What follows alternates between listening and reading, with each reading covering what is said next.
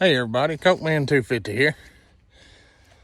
Well, last couple years I hadn't done a garden, so I'm out here in the raised garden beds I built several years ago. I'm not sure how long it's been now, but I'm gonna flip you around and show you where we're at. So I know I haven't planted these beds in about 2 years. The beds themselves are still holding up good.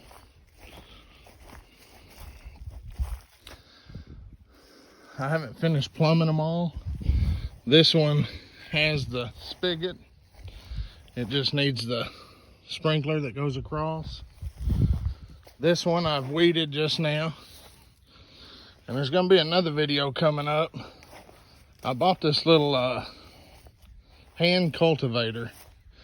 It's kind of like a weed eater. It's electric. Just to get these going.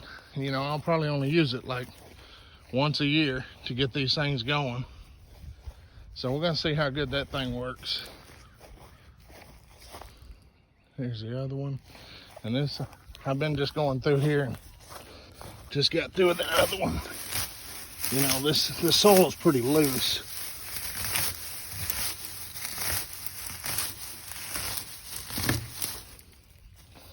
Just weeding them.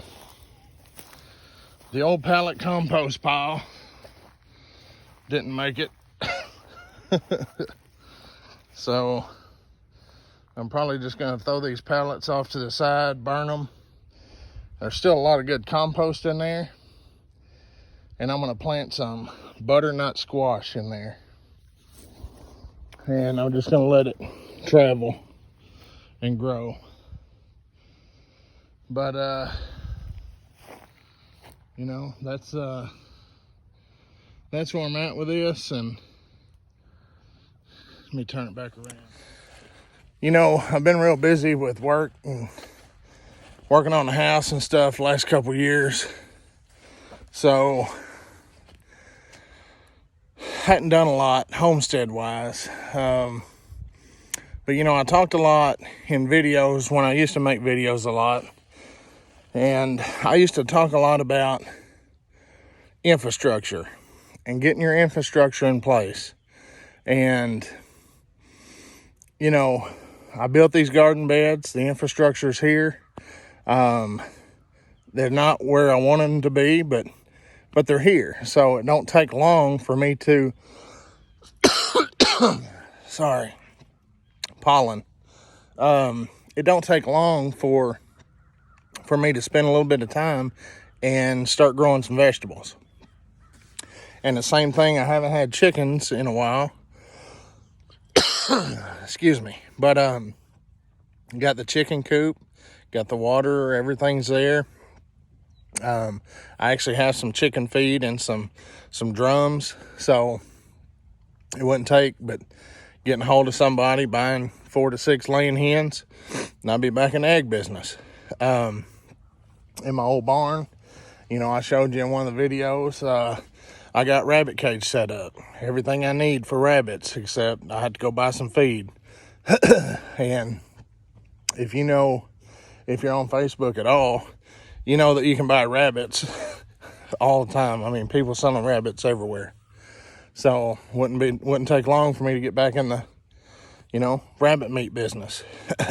And when I say business, I don't mean selling. I mean growing for me and my family. And you know, right now, kids out of school early for the year with everything that's going on.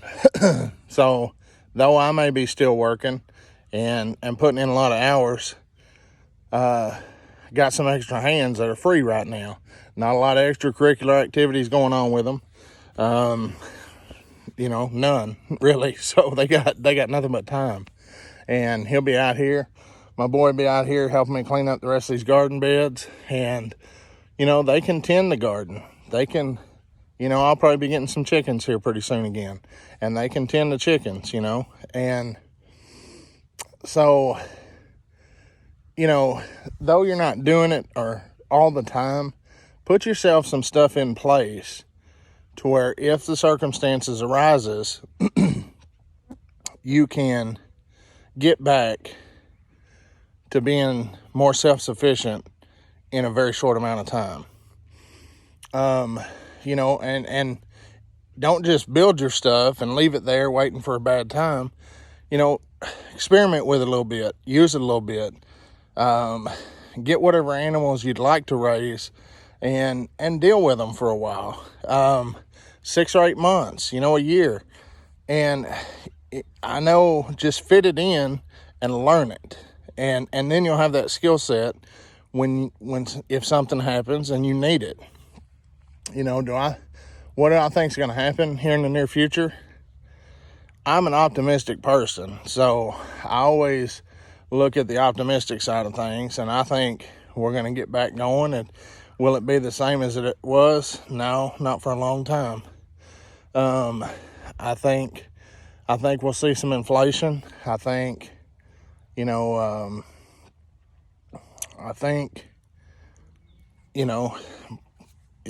myself and my family, we have been working on paying debt off for a while, and we have done a pretty good job of that. Am I debt free? I'm not, so I'm still working on that.